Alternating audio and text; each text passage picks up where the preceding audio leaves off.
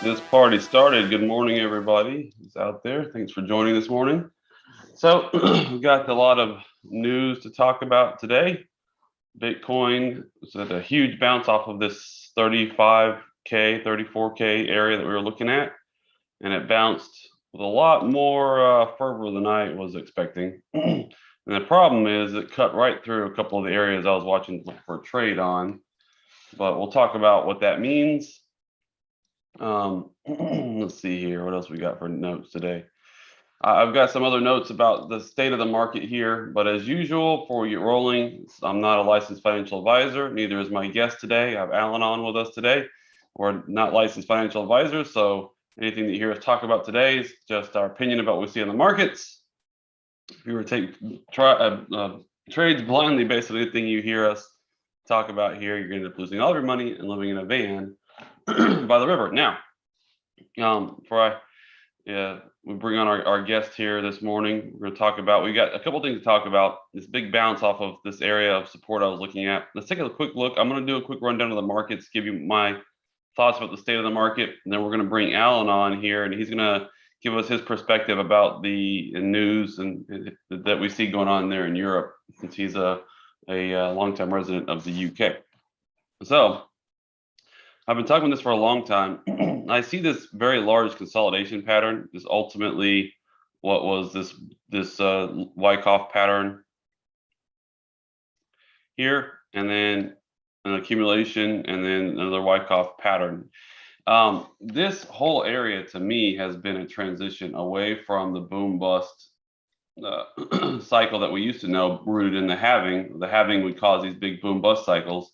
And now that the market said before, the market front ran the halving. That's what this was, front running the halving.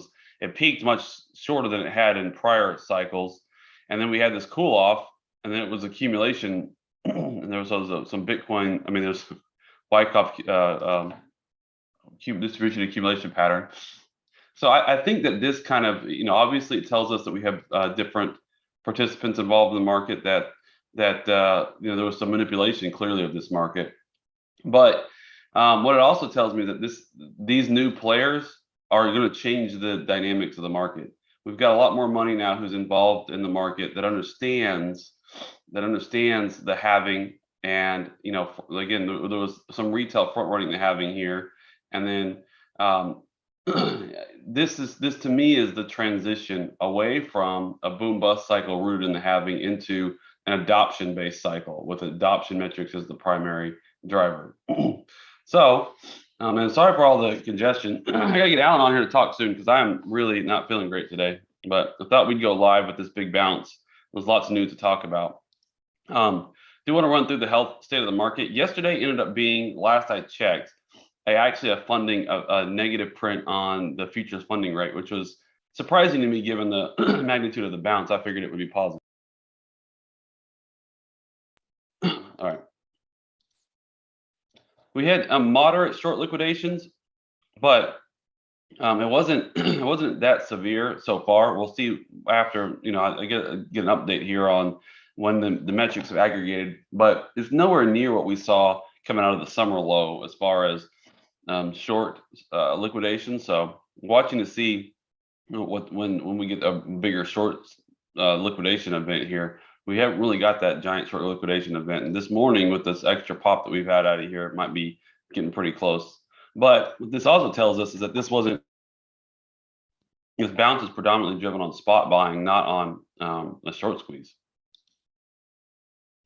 And then the exchange reserve continues to decline pretty dramatically. We hit a 3-year low over here late last month.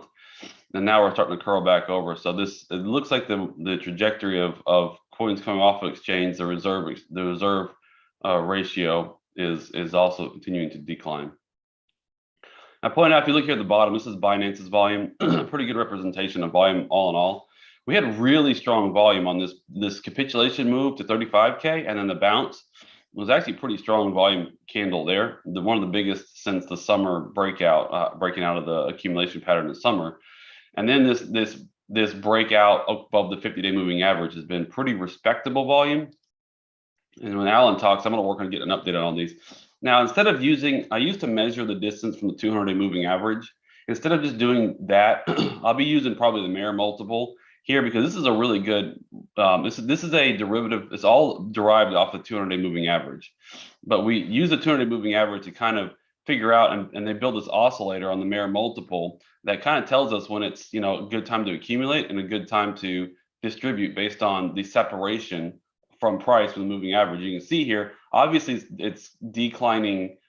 These spikes are decreasing over time. This is because of reduced returns, diminishing returns. But the bottoms have been pretty accurate. Now, again, the tops haven't been as high, so I think the capitulation bottoms, but this has been a pretty accurate oscillator. And this is basically my trading system. This is what I use, just fundamentally is measuring the distance from 200-day moving average, but this is a nice visualization and gives us some good context about the state of the market. So we definitely have a lot of room to go is what I'm seeing here, because we're still barely bouncing this double bottom here on the bottom of the Mayer multiple. We still have a lot of upside. So that tells me we have a lot of upside. I think there's plenty of room to run here. The question is if you're not currently positioned, where do you look to get positioned? And I'm gonna pull up something here real fast. Let's go to my main crypto chart. All right. So for me, what we're looking at here is we have this new channel that's forming. You can kind of see it forming right through here. I'll draw this back a bit here. There we go. And so these tops and the bottoms are lining up pretty well here. So we get this new bit of a very gradual channel forming. And so what I'm looking for is maybe get some resistance at the top of this channel. And you see the 50-day moving average is near the midpoint of the channel. We snapped right through that. So we came up to test the 50-day quickly and then bounced down just a little bit and then snapped right through it. My guess would be that we get to the top of this channel and rotate back down. And what I'm going to be watching to see if the midpoint of the channel holds and then it breaks out. The other thing that could clearly happen is it could just break out at the top of the channel. We've seen this in the past, this type of behavior when Bitcoin just goes on a big run. You can see it just breaks out and goes. So there's a chance that it just breaks out and goes. But I'm looking for that consolidation to happen kind of in the top half of this channel that we put in here somewhere, and then for us to be able to take positions based on that. That's what I'm currently watching for. So, and then real quick, state of the market. Let's go real fast through just broad market, and then I'm going to bring Alan on here. All right, DXY with the macro uncertainty, geopolitical risks. Obviously, we've seen some strength in the dollar, and we've seen some weakness in the 10-year yield. It hit this is a really key level. I'm waiting to see if it can break this after breaking this downtrend that we've had since 2018. We're seeing if we can't continue this reversal here and this uptrend that we've got going on here. And 10-year kind of also has a bit of a channel for me that I see. And so we'll see if that trend wants to continue here on the 10-year, that breakout. So this would be, obviously this is a risk on indicator, right? So the 10-year increasing is more of a risk on indicator. DXY, this is just a strength of the dollar versus other fiats, which can also indicate risk on, risk off. It's a good proxy for that too in the short term. The equities, obviously, we got some continuation down off of this sell-off. I was watching this main trend line for me, and but it looks like it's wanting to put in a bottom. And I've been saying for a while, I think the equities are gonna be range bound and be more sideways as the market kind of digests all this news. And the reason I think the markets are going to be more sideways and continue down, I think that the sell-off is probably near done if it's not already completely done. And the reason I say that is this chart.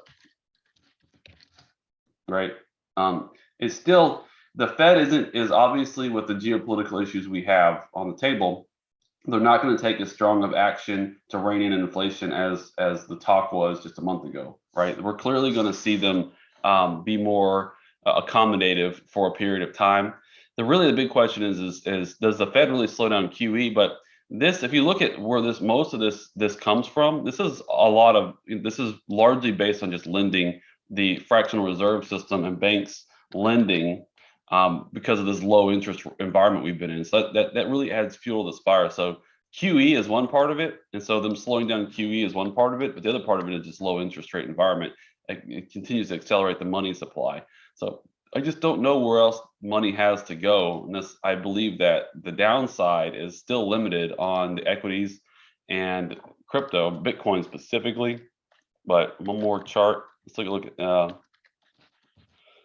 at the SPX over the M2SL here real fast. All right, I keep showing this. If you're new here, this might be something kind of new to you to think about. But when you look at the denominator of the money supply, right, the total money supply, this was the Y2K pop over here.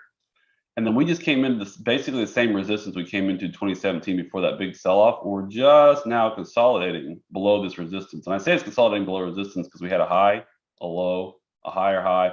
And now we're really trying to put in a higher low on this chart, the SPX versus the money supply. And if we can put in a higher high, higher low, and then work our way and break through here, there's actually still a lot of upside in this market, in my opinion.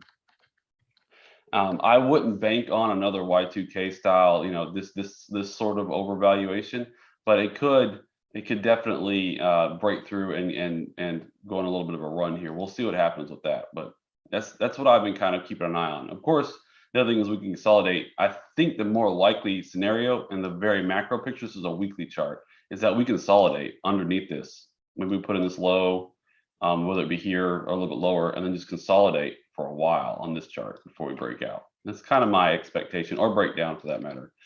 But consolidating on this chart, given the money supply expansion, would be if you just stay consolidating right here, you go permanently sideways here. That means that the S&P in dollar denominated terms and assets are going up in price because of the money supply expansion again. So, all right, those are my initial thoughts here. What's going on, everybody? Do I have my video on? All right, let's bring Alan in here. How's it going, Alan? Good morning. Hey, good morning, Brandon, and good evening, everyone from Palian. Thanks for having me back on. Kind of every time we speak, another few weeks go past, and things seem to get ever more crazy. So yeah, indeed. Stopping that trend. And yeah, great introduction as always, and analysis. Keeping up with what's happening. Extraordinary markets, I think it's fair to say. Look at this candle on the weekly on Bitcoin; it's just sort of exploding upwards. It's yeah.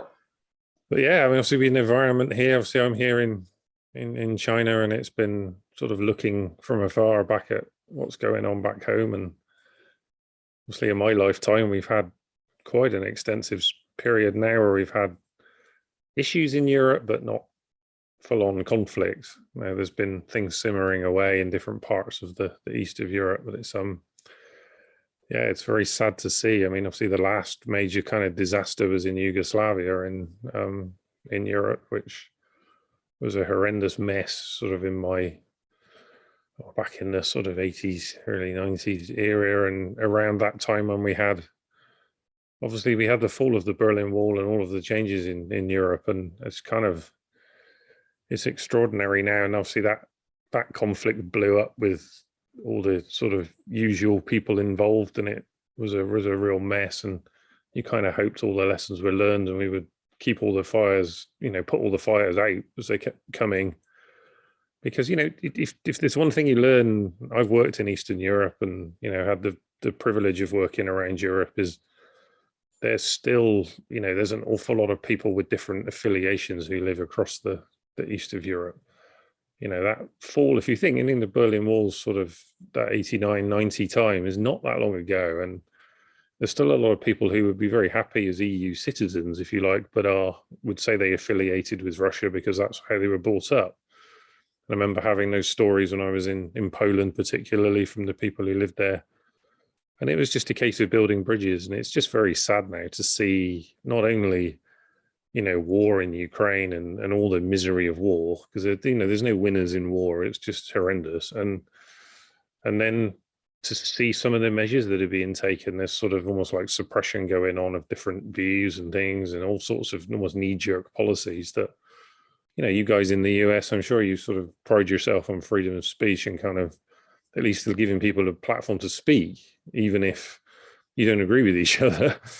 And we're seeing all sorts of things in Europe now that we probably never thought we would see, certainly not again. and we're in that disinformation phase now, where there's just almost like, what is going on? We've got one-sided views of everything everywhere, and lots of rhetoric, and it's very sad. And I hope there's some bridges built very soon with everything, and they put the fires out, because that's all you can do. They need to pursue peace in Europe. Hopefully the leaders are still there that will do that. And whilst there's still people launching weaponry at each other, it's difficult. It's a big mess. It's very, very, very sad to see. I think we'd all hoped we'd put that behind us in Europe. It just shows you, though, peace is fragile and you have to keep working on it. It's never guaranteed in the world. And there's many places in the world that probably look on at the moment at that and say, well, we've had wars here for as long as we can remember. And it's just wherever it is, it's a mess. That's all you can say. So I'll pop my, if you've got questions, whatever, keep an eye on the chat, Brandon. Obviously, I hope you're feeling a bit better shortly. Yeah. You've had a couple of bouts of the lurgy recently.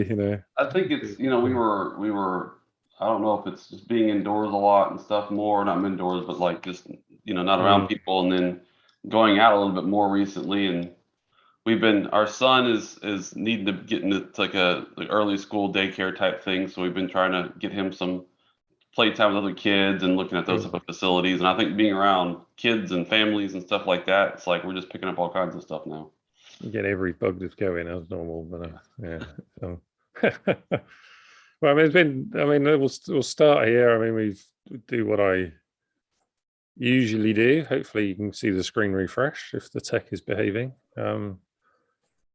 Obviously start with, it's nice to see, obviously, here the sort of positive side of the spring coming in Dalian. We've been very, very cold since December, and it's nice now we're coming out the other side of the frozen period. So we've had a lovely week where the temperature's venturing back towards double figures Celsius and creeping up, but it's bright sunshine, so it's actually very, very pleasant outside. So we've been out and about a little bit through the sort of fishing villages and areas of Dalian that are very, very pleasant, very picturesque. And it's been here in Donggang, this is obviously the area where we live here, is the marinas coming back to life after the winter. So it's been great to see some people around. Obviously, we've finished the spring festival. It almost looks like San Francisco Bay right there. So we go to San Francisco a lot. It kind of reminds me of San Francisco Bay. Yeah, this is obviously with the big developing area here where we've got marinas and things. There's a lot of seasonal activity in Dalian, very tourist heavy, summer heavy kind of focus. Obviously in the winter things are pretty quiet, but it's developing nicely along the seafront here. So it was good to see some people around. The spring festival, so many people head off back home to their villages and sort of wherever their family is based. So things go very quiet for a while here, and it's now coming back to life. The students particularly have a very long break. They're only just coming back in after leaving in sort of mid-January, and so there'll be sort of universities starting back up.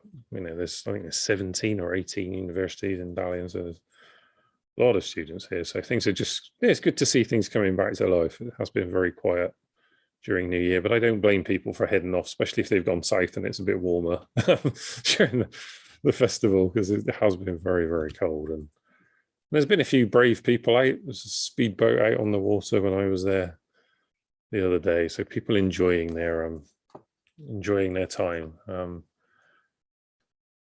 to get some fresh air. So obviously good time to go for a walk with some of the bad news and things that I've also been speaking to people back home. So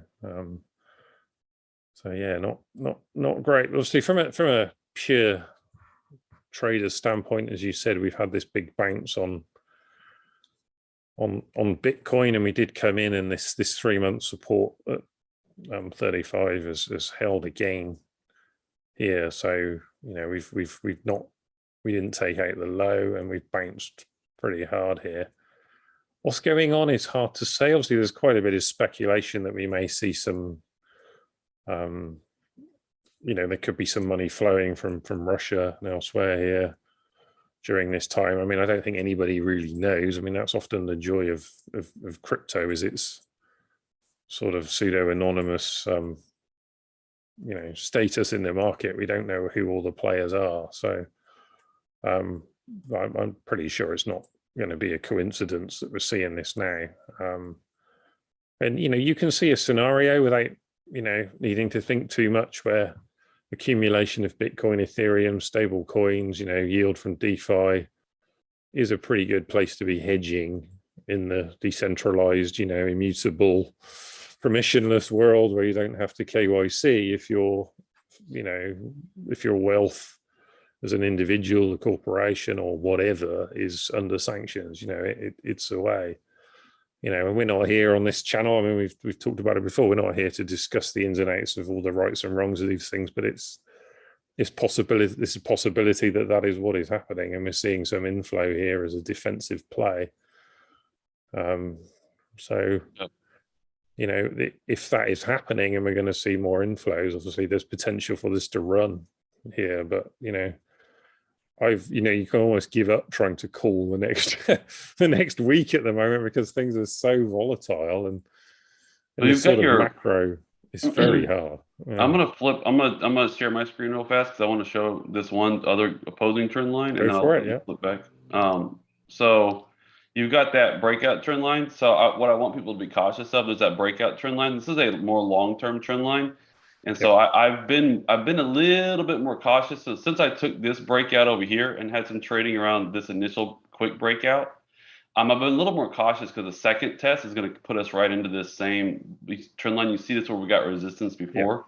Yeah. I would venture to guess that if we do break here, we'll come back to it, and that'll give some more opportunity. But I was looking for that 35K bounce, and man, I didn't expect it to come back into that trend line so fast like this. But it's Bitcoin; it does things. So you want to flip? You can start sharing again. I just wanted to show that counter trend line, just so people have that perspective, so they don't, people don't start FOMOing in. I think what my point is, this big strong moves in 34K. Thank you. This big strong moves in 34K. 35K, really the bounce we're looking at. It's been such a strong straight up move that you're going to get some consolidation. We're going to get some new market structure to work with. But yeah, on yours, you got those two weeklies. I have the same exact weeklies, and it's trying to work on breaking through that. So, all right, good deal. If we go back to the longer term trend lines I've had since this go back to the bottom of the and the consolidation before the breakout of the bull market, and just clone them up from the prior highs, well, we've held this again pretty perfectly on the here and bounced off it. So this, particularly we go to the weekly, this structure's been pretty good, and we're continuing to look fairly strong in the face of you have to ask, how much worse can a macro environment get than having war in Europe, having the Fed talking about hiking everything upwards on rates and QT and all these things storming up together, and we're still holding. It's from that side would be fairly encouraging looking at this picture, but we will see. I mean, we've taken out lows and highs and lows and highs. Is chopping around as well, so it's a difficult market. Obviously today as well, we're seeing Ethereum find some more strength. It was down quite a bit earlier, and tweeted it looked a little bit weak, but we've seen a good bounce again. Again, support, sort of weekly support down here that we tapped, bounced, obviously trend line here that we caught before, again sort of holding up, zoomed out, and see a little bit shorter term we have some resistance here that we may, I think I was looking at sort of 8 hours when I put this in, but we'll see if we get a breakout and another run back up towards this 4,000 area that was potentially where we get a lot more resistance. Ethereum, Bitcoin seems to be holding up again came in right down to the bottom and has found some support on these trend lines. I mean, it's been trying to break out from this consolidation and has held, but obviously this time it's held with Bitcoin running rather than selling. So we will see. We will see. Continue to be positioned in Ethereum, maybe a little crazy still. Not a lot of, got some cash, but mostly positioned. So we've, the other things we've looked at regularly in dominance, obviously we've seen a little bit of growth in Bitcoin dominance, but we're still, I mean, obviously this is daily, so it's pretty short term, but we're still chopping sideways really here on dominance. Given this environment, still not a lot of strength there, really, which shows there's still, some, you could say altcoins, the weaker ones have struggled, but and total cap, which we've looked at, so I've looked at this quite regularly on Twitter, sort of zoomed out here, obviously coming back in again to this area of around roughly 2 trillion, where we've had this quite a lot of resistance here. It's like a 2-week resistance and a lot of candles. So if we push in there again, maybe we'll see some strength to clear that area. And we've held this. Again, there's weekly, 2-weekly support here, got a lot of support. We've held this area again.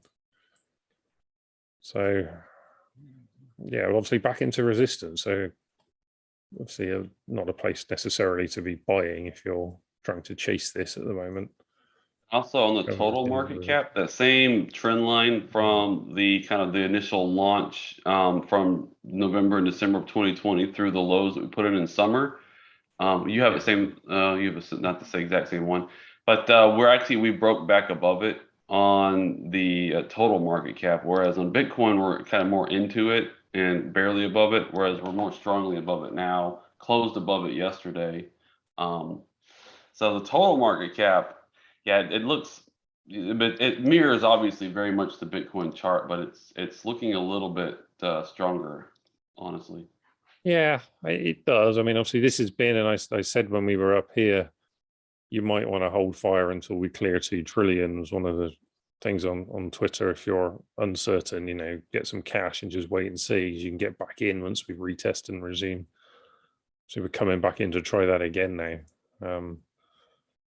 So we certainly haven't keeled over and died, as some people were expecting, I think, in this phase. If you look at total 2 without Bitcoin, again, I mean, you expected a relatively similar structure, but again, it hasn't collapsed here, the rest of the market. Obviously, Ethereum's been pretty strong, but we've still not, the rest of the market's not capitulated completely, given what you might expect in this environment. So obviously you touched on some other things. Obviously I had the same chart here open, which is the dollar. As you would expect, we've seen dollar strength in a sort of what traditionally would be about as risk off a scenario as you could get with a major war in Europe like this. I think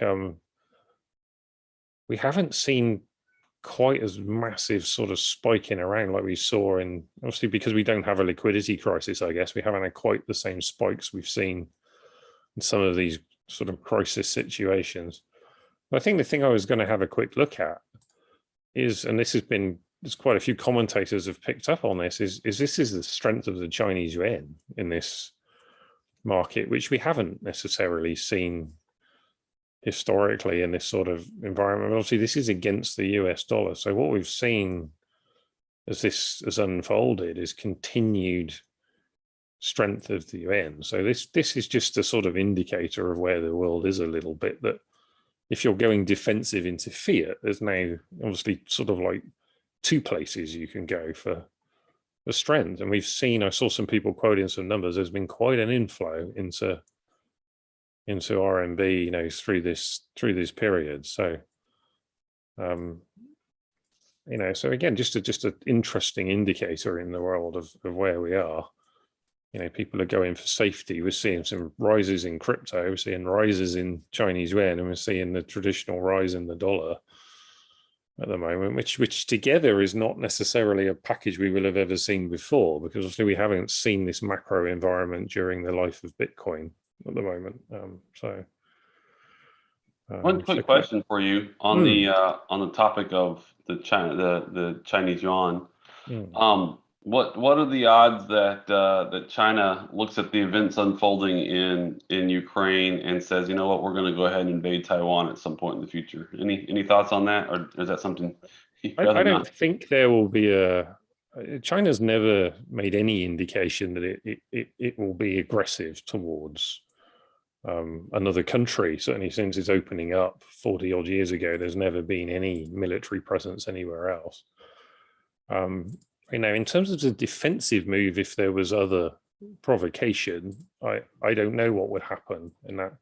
If there's, what I've called many times on Twitter, sort of headbangers, if they're out there trying to provoke conflict, then the danger is you can, even if you want the illusion of a conflict for some other purpose, you might actually get the conflict that you try and provoke. So those are dangerous things for the world. But, if there's calm heads, of which there's been plenty so far here, then, their long-term position here, and has been very clear in the last announcements, is that there will be an economic situation eventually due to geography, which keeps affiliation, where, Beijing would prefer it to be. I'd use the same, I've talked about some things before. There's difficulty in the UK with Brexit is more not just a political debate, it's just geographically you're 20 odd miles from France. So, you can't take that away however much you try. You can't pick the country up and shove it around in the Atlantic. So there's a sort of, you're always going to trade with your neighbors. That's just reality in the world. So, where you are, you're going to have trade with Mexico. You're going to have trade with Canada. Inherently, you see that trading data. It's just natural. So there are some things which just won't change over time. And in Asia, we've seen the RCEP deal, which again doesn't get talked about very much in Western media, but it's the biggest trade deal in the world. It covers, I think, $20 trillion of trade in total in the sort of Asia, Australasia region. It's bringing people closer together. So, I always think actions speak louder than words when it comes to stuff. What are people actually doing underneath? And I think, and this is not a political statement at all, it's also clear that Russia has no trouble selling gas and oil into Asia. Pakistan's announced a deal today or yesterday, et cetera, et cetera. There's huge demand for what they are selling. So, what we see, Brandon, and obviously I know this is a Westerner, I've been most of my life in the UK, is there's always a perception in the media that the sort of 1.2 billion people that are Westerners, if you look at the data, is the voice of the world. But of course, that's almost like a bubble, or almost like an echo chamber in the West. But there's obviously I think there's 8 billion roughly people in the world. So there's a lot more that goes on in the world when you get out and you travel than just that block. And that's almost what makes it more desperate when you see Europe almost like fighting with itself, and it just, that's what makes that whole situation more desperate at the moment. And I just highlighted a couple of articles here on the subject just to say China's calling for negotiations again. This is obviously today's news here. Direct negotiations on Ukraine, and the UN chief is the same. This is what any sane individual wants to see. I mean, anyone can have a view, have whatever view they want on the fighting in Ukraine. It's just, you have to find a way to stop the fighting and de-escalate. That's what's been my view. I detest war. Every person I know who's ever served and has been in a conflict says it's horrific. You don't want to go anywhere near it, and it just leaves hate and mess. If you get a failed state there, if the war goes on like we've seen in Syria and Libya and elsewhere, just horrendous. That's not an outcome for anybody.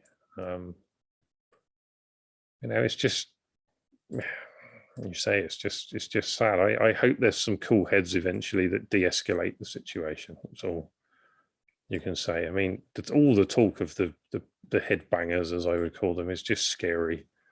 You don't, this is not Iraq with a small military and whatever. This is extremely dangerous stuff. When you see the headlines that the nuclear forces are on alert, whatever, that's just not what anybody needs to see in the world. It's just horrendous. It sort of borders on the Cuban Missile Crisis all the years ago. It's just, Yeah, I was thinking about that the other day. I was like, some of this rhetoric that's coming out is borderline Cuban Missile Crisis type stuff. It's more, in the States, I wasn't alive at the time of the Cuban Missile Crisis, but in the States, obviously there was a lot of people building bomb shelters and everything else, right? And so I can see I can see people in Europe. I've detected that there's some real anxiety around this. I think most people think that it's probably not a likely possibility, but just in the slimmest possibility that sort of escalation is possible. I think people in Europe, I've seen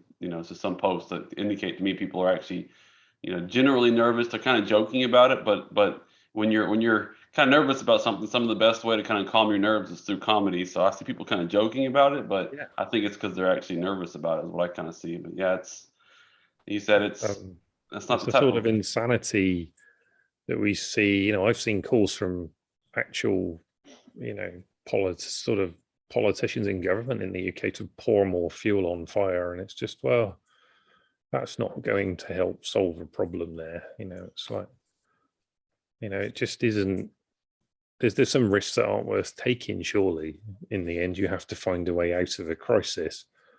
And you've seen, I've seen, obviously, the films about the missile crisis and the simulation and all the things that could have led to disaster, people checking things. But it's the thing, once you believe something, whether it's true or not, you start doing something. And that's, just behavior. It escalates so rapidly into a disaster. And I hope that, I don't claim to know everything at all about the politics here in China, but I hope China sticks to its position here and is going to try and defuse this, because it's mad. It just results in a lot of, and these things don't heal quickly. Once you've had conflicts, they just don't.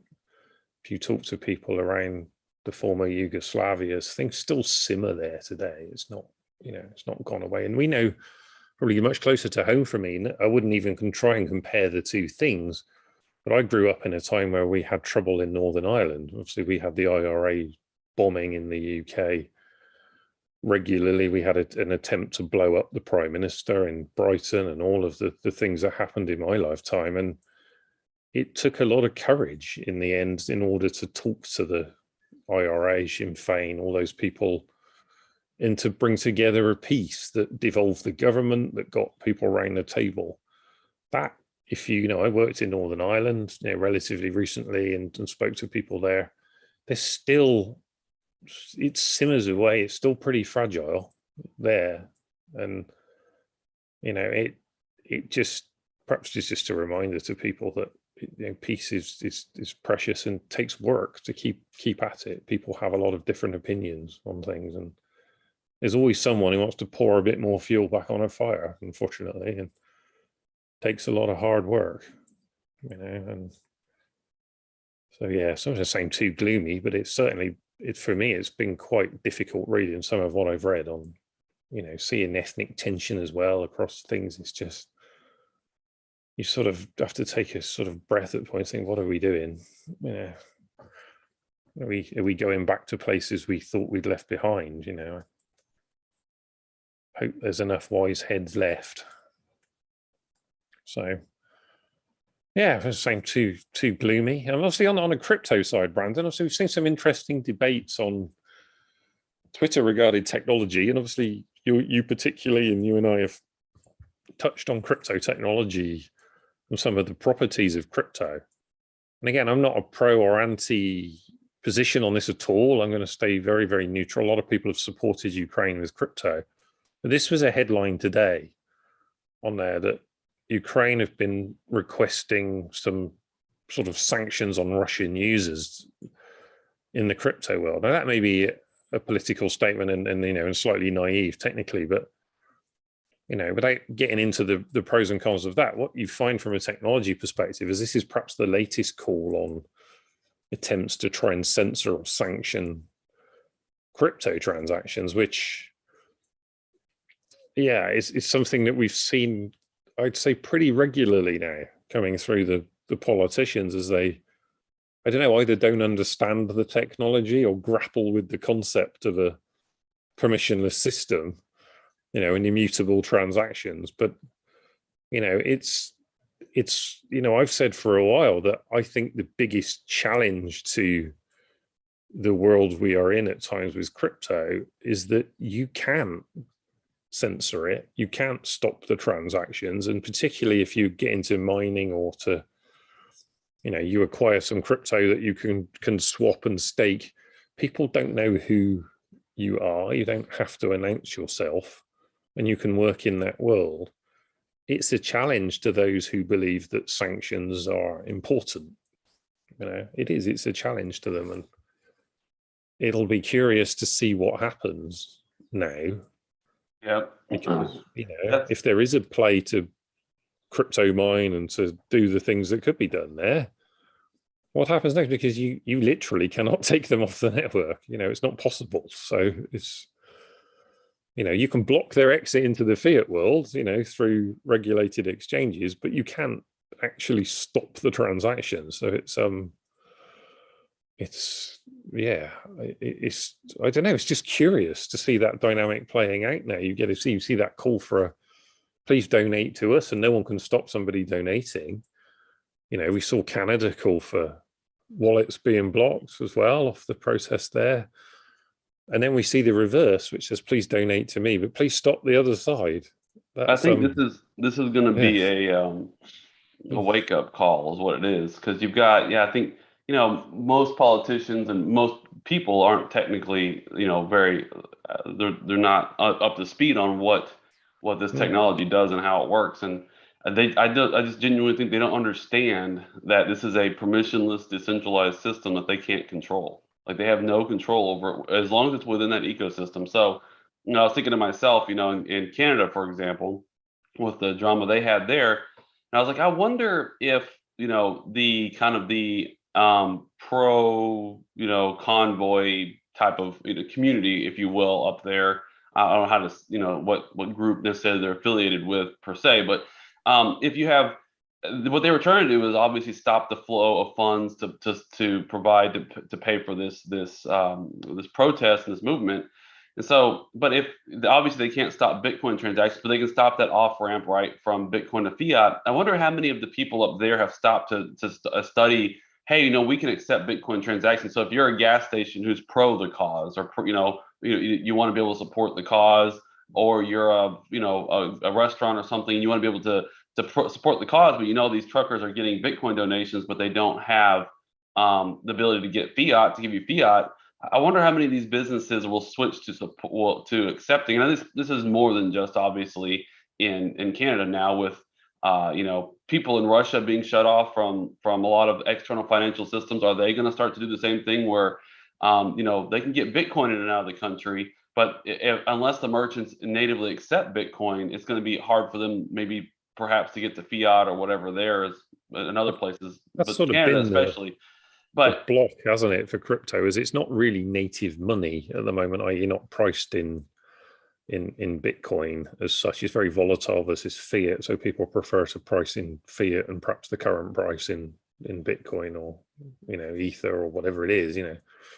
You do have the stable coin conundrum as well, which I think that's true for the US is a particular thing for the regulators, because obviously they've been looking at USDC and USDT and there's a whole bunch of other stable coins as well. And it's because if you get into, so if you acquired some Ether, you can just swap it through DeFi to USDC. Nobody knows who it is, and that's, again, mine some Ether, swap it, bang, you've got US dollar backed money. Yep. this, you could say it's risks for crypto, but I think it, as you say, maybe at the moment it's an education process for a lot of people that are just realizing what this is Yep. in And this I think that scenario. back to my opening comments Mm. about, the value of crypto, namely Bitcoin, I think it's going to be moving forward now that the halving is understood. I think the next halving is going to be forward priced in. And so the really the metrics around adoption metrics, and obviously Bitcoin specifically, its case has been a store of value and a digital currency.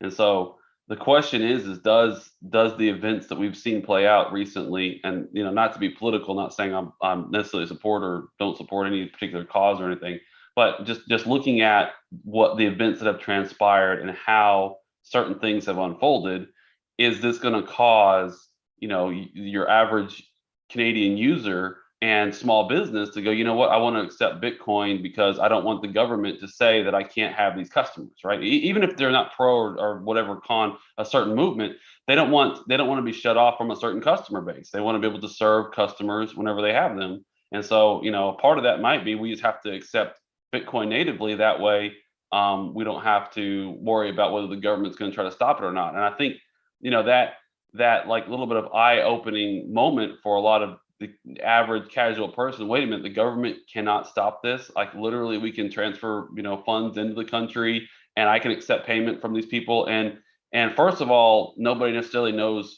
who we are, right? So Yep. who owns what balance, and there's no way that the government can shut that down. And I can It see does get a I can, very, obviously, get into the other side of this. And obviously, on this channel, we would never ask anyone to do anything or suggest they do anything illegal where they live. It's not generally a smart idea, but it's going to drive the questions of regulation and legality, certainly for crypto. We saw the government literally in Canada sanctioning a list of crypto wallet addresses as some kind of attempt to say you can't transact with these wallets.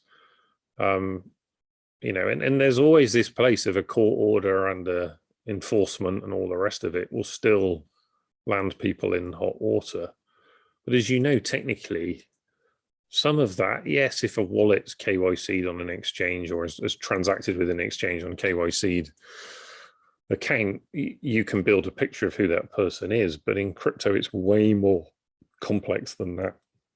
There's a lot of things that go on that you can't see who it is, and it's going to bring a lot of those discussions back to the forefront. What is the liability for a business that is transacting using crypto? Because your gas station could take Bitcoin, could take Ether, could take USDC, could take whatever. At which point does it have liability for anything regarding sanctions? Because call them what you want, court orders, whatever. It's a sanction in the end of some form. It's saying you shouldn't be doing business with X, Y, or Z. yeah, At the it's much. moment, if you came in with a credit card, they wouldn't know any otherwise, or unless the card machine blocked the transaction. So the business relies on a third party in order to block that transaction if it's not allowed. You wouldn't expect your transaction to suddenly get reversed very often retrospectively. So, otherwise you lose faith in the system. Eventually you can't run your business and sell your product. So it'll be curious to see how this all just plays out. And certainly, you guys in the States have got this, some form of framework I'm aware of for doing things with some protections, in your constitution and whatever, just to see how those things play out. Because, I think it's fair to say some of the people who at least perceive they control the money system at the moment are not fans of things that they don't control. This debate's run for a while now in crypto. This is now we're looking at the market cap. It's a sort of pushing 2 trillion, has been a 3 trillion market. This is not insignificant compared to many countries. And if you start seeing more capital flows, particularly in the West, into this, and then you start seeing countries, now we've seen El Salvador make its play, but if this bigger country makes a play that's got a lot more funds, you can only call Well, the that a war tree started, I think. shake, can't you? I mean, a tree shake is really what that is. What happens again? Because Yeah. Didn't Ukraine right before the war started make Bitcoin legal tender, I believe. I think they There didn't was really speak. talk, yeah, there was talk about it, yeah, and Russia's obviously likewise prior to this conflict was dealing with the fact that they didn't want to ban Bitcoin, they wanted to regulate it. So excuse my screen Oh share. wow.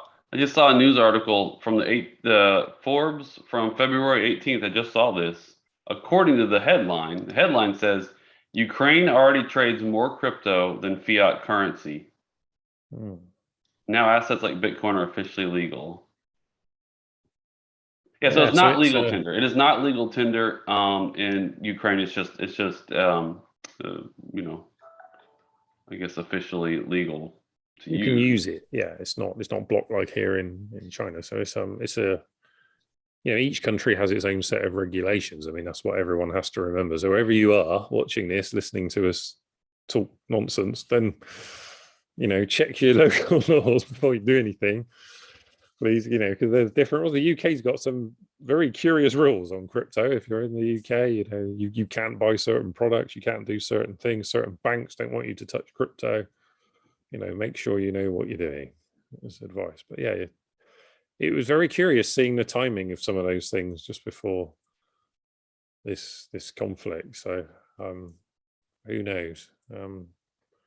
Yeah, I think there was obviously some anticipation on both sides that I think in my guess is that in Russia, obviously they like quickly legalized Bitcoin and everything leading up to this, legalized Mm. Bitcoin mining. Although there is a lot of regulation and red tape around it, you can only buy so much a year, like $600 a year worth of Bitcoin in Russia, I think, or something like that. But nonetheless, they went from they made it, they opened the doors up a little bit more.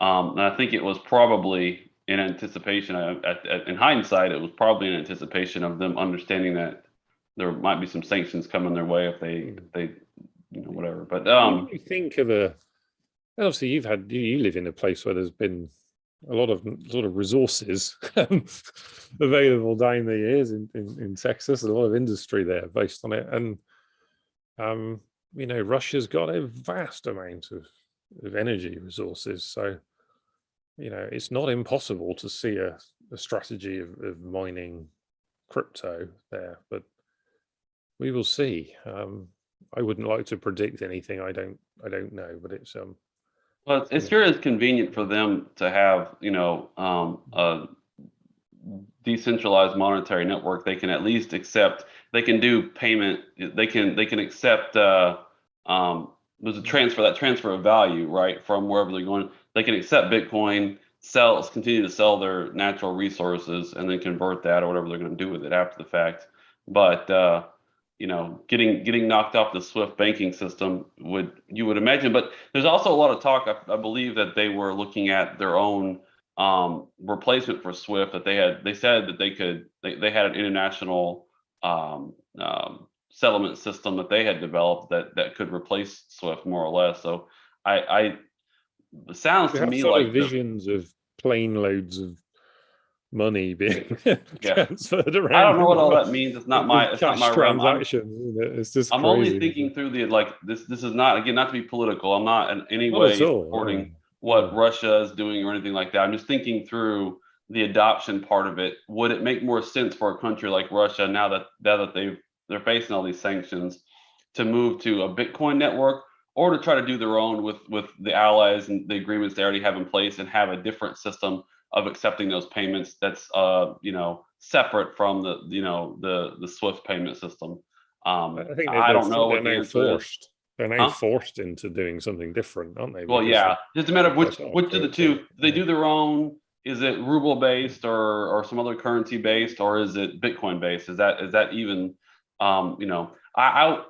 I don't know. We'll find out how things develop. it, At this it point, will.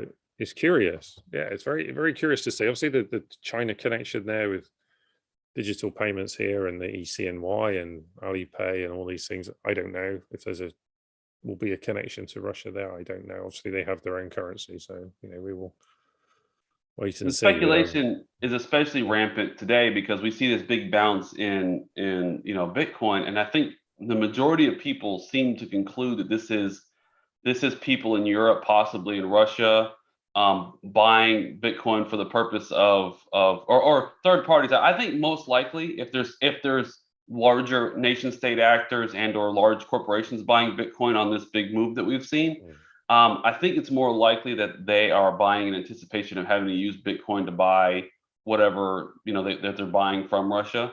But that seems to be the speculation that's going around, and so I think that's what causes us to kind of speculate as to what could be going on with what Russia's going to try to do to deal with these new imposed sanctions. Yeah, I mean, I think what you see in the world is as the sanctions have piled up over the years, is people have been quite creative in how you bypass a sanction. I mean, that's the same at a big scale as what you have on small scales. As soon as you ban something, there's a black market, and then people start trying to work their way around things. It's Yep. just how everything works everywhere, Yep. and Indeed. so you just see these things. It'll be interesting times. I mean, and as you said yourself, I detest war anywhere. It's just grim, and this is just a totally grim situation for everybody. People remember as well the Russian service people who are dying, and they have families and everything in Russia as well. I mean, it's just grim. That's It's exactly grim for right. everybody. It's just There's a lot awful. of there's a lot of innocent people on both sides. That's the sad truth, is that there are That's the people that mess. are Hmm. there's stories of people that don't want to be in this war, and they didn't know exactly what was going on. How much of that is propaganda, how much of it is truth, I don't know. All I know is I can definitely sympathize. There's probably some young men on both sides that are being sent to war that really don't want to be, you know, in the position they're in, and their Amazing families are when the the ones that are really countries are suffering too. intertwined in such a big way historically as well. There, I mean, it's crazy. But that's you could almost say it's like a civil war. You saw the country split up. That's what Yugoslavia was, and we've seen elsewhere. Just horrific mess in the end. So just have to hope it doesn't go on too long now. We see some solutions. So yeah. So can I say really?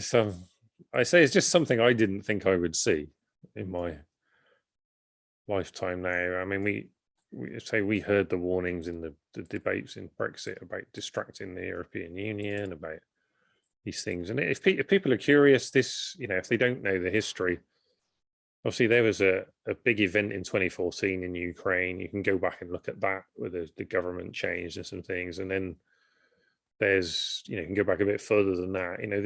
The country divided post 2014. There were some regions that declared independence and affiliated to Russia, et cetera, et cetera. This has been going on a long time. So, so if people think this is just something that happened last week, I mean, this has gone on for years and years and years, and it's been simmering away. And I don't know exactly why it came to a head right now. That's not for me. I'm not, that close to it, but it's certainly not been a recent development that this suddenly blew up. I mean, it's been going on a long time, and that you would hope, and given the geography, if people know the geography, you've got Russia obviously one side, and then you're across into the Eastern European sort of EU sort of states on the other side.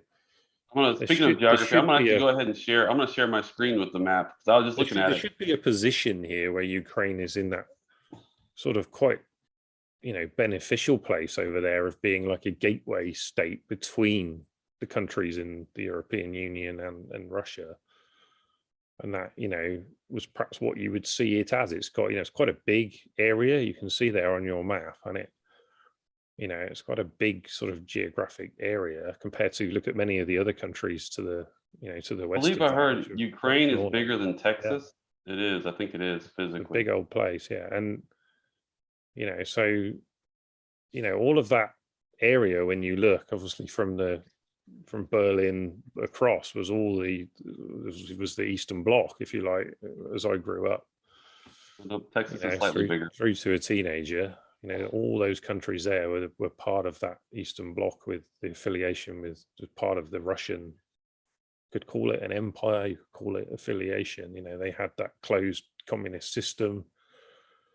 People don't realize that practice. They don't look at the history. You could go in the 1980s when I was growing up. if you tried to cross the Berlin Wall, tried to cross, the automatic machine guns would shoot you. I mean, that was as awful as it was in Berlin. I mean, it was. That's crazy. I've been there subsequently and stood on the patches and looked at all the memorials for all the people who died and these things. It's You guys can see on the map here, I've got my map pulled up. I mark all the places I've been. So that's one place in Germany I've not been, is Berlin. Actually, I've never seen the wall. Closest, apparently, I've been to the conflict over here in Ukraine is Vienna, it looks like on the map. Yeah, I've been to Vienna many times. Another beautiful place. Amazing stories. I was with a friend. We got in a taxi in Vienna to be taken off, as where we were going was outside of the city. It's quite a long drive, and the guy started talking about the war, and we were like, "Oh my goodness me!" There's a couple of Brits in a taxi. I'm not sure I want to be talking about wars, but he was, he was just Russian affiliated as a taxi driver, and he talked about the fact that he grew up in a part of that area that was under Russian control for a while, and then his people had Russian affiliation.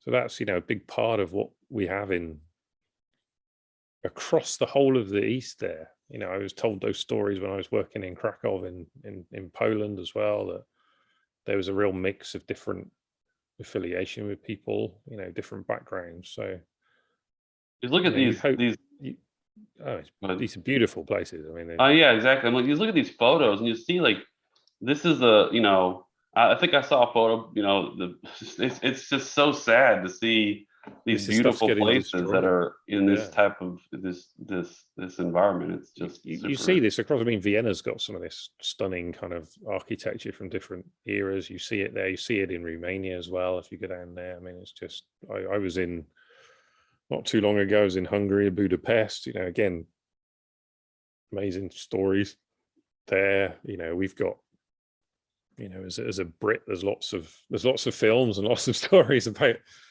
British involvement there and the things that have happened over the years. So you hope a lot of that was consigned to museums and stories, and everyone's looking forwards. So what's crazy to me is that, until this whole conflict had started, I always, in my head, I think Moscow is further inland than it actually is. Of course, and this is me being a dumb American, not knowing the world geography that very well. much on the west side of. Yeah, it's really far on the west. It's really, I mean, like the distance. What is this distance here between Kharkiv and Moscow? Is what? Yeah, I'm trying to get a couple hundred miles. Not it's even. not far. And if you think where we are here in Bali, and if you go right across, we've got Russia to the north. If you think how big Russia is geographically, it's incredible. We have Russia up on the border at the top of China, and you can go through North Korea across Russia, sort of pokes its way out east here. If you go that area above North Korea there, where the border is Russia. I mean, it's huge. It's crazy. And you can also see at the moment that Russia's closed its airspace in response to the Europeans doing the same. That where we are here, Dalian up, China at the moment's really the only country that could run a flight direct to Europe through the prime route now through Russia, which is extraordinary. What a mess, because you've got Japan and Korea and all of the places there where the flights to Europe would traverse Russian airspace. So it's becoming a logistical mess as well at the moment for Europe. Isn't there a pretty big city kind of toward the almost on the east coast of Russia? I know there's, like, it gets pretty sparse over here, but there was one kind of like midland. It's just, I don't know. I'm not an expert on the Russian. I've not been up into Russia above this part of China. Obviously, what I did know from the past is there's a lot of, before the pandemic, a lot of Russians would holiday down here in Dali, and there's whole areas of Dali. And obviously there was Russian first occupation and Russian liberation post Japan here in the history. So there's a lot of affiliation. So, but yeah, well, it just needs. I just hope we're not going to be too many streams through before this is conflict. The worst case scenario is we're still talking about this in a couple of months. Best case scenario is the next time we talk, there's some kind of resolution. So we'll see. We'll see how much the negotiators can do. But yeah, I mean, it's amazing. It's a big country. It's Yeah, and there are conflicts in many places in the world at the moment. The one in Yemen, for example, in the Middle East is brutal at the moment. There's 20 million people there who have terrible situation, and it just hardly gets reported. It's just you just hope that we can get some progress in the United Nations to sort these things out, because that's So if you're a Westerner like me, I'm just doing some. I think California is probably a closer approximation in population and in size to Ukraine. So Texas is slightly bigger, but I think California, yeah, California's population is 39 million people, and Ukraine is 44 million. And I think the land size, California, Ukraine's got a lot very of different geography as far as like kilometers. Oh, but there's a lot of ocean front in Ukraine too. It's not like it's California's got a little bit more. That population's similar to this province in China, so yeah, Liaoning province. All right, so 160, and I got to go after this. This is some interesting geography lessons here. 163 Ukraine square miles. Yeah, so Ukraine's slightly bigger. Ukraine's right between Texas and California if you're a Westerner in size, but it's got slightly more people than even California. So it's a pretty densely populated place, really. Because I mean, Texas has its big population centers and it's pretty sparse for the most part, but California is, especially along the coast, is very populated, obviously. And then, but yeah, there's a little bit higher density than Ukraine than there is in California, which makes sense. Ukraine's been around a lot longer than California has as far as a heavy population presence. But well, thanks everybody for joining us today. I think we're going to wrap up here. This little random geography lesson at the end. Let's see what Bitcoin is doing before we wrap up here. Yeah, so this is that trend line. I'm hoping for a little bit myself, hoping for some kind of consolidation underneath here to give me some entries. I guess technically you might have had a little bit of something. I'm looking for some better market structure for a trade on Bitcoin right now. I'm gonna do a quick pass through. Litecoin, one thing, Litecoin's dead. Litecoin died. It got rejected. We were watching for a long time, and we played some bounces off of this support level right here, through here, but it's broke down, retested this resistance, and it's on its way back down here. So Litecoin is not looking too very healthy. If you're a holder of it, I don't know what to tell you, but it might be a pretty good trade here before too long, because it's probably going to get oversold and then have a little bounce back up to this resistance again. So maybe that'll be a trade to look at. But things are kind of slowly rolling here, consolidating anyway. I shouldn't say rolling over, but the one thing Bitcoin hasn't made this little high right here. Well, another interesting thing would be to see if we do take out this high. And I think in the next few days we're going to want to see the price consolidate and take out that high at least. And then that'll be a good indicator that we've got a good counter trend move going on here. If we don't take out that high, we might end up being in this kind of range that we've been in for a little bit longer. But that's about all I have. I know.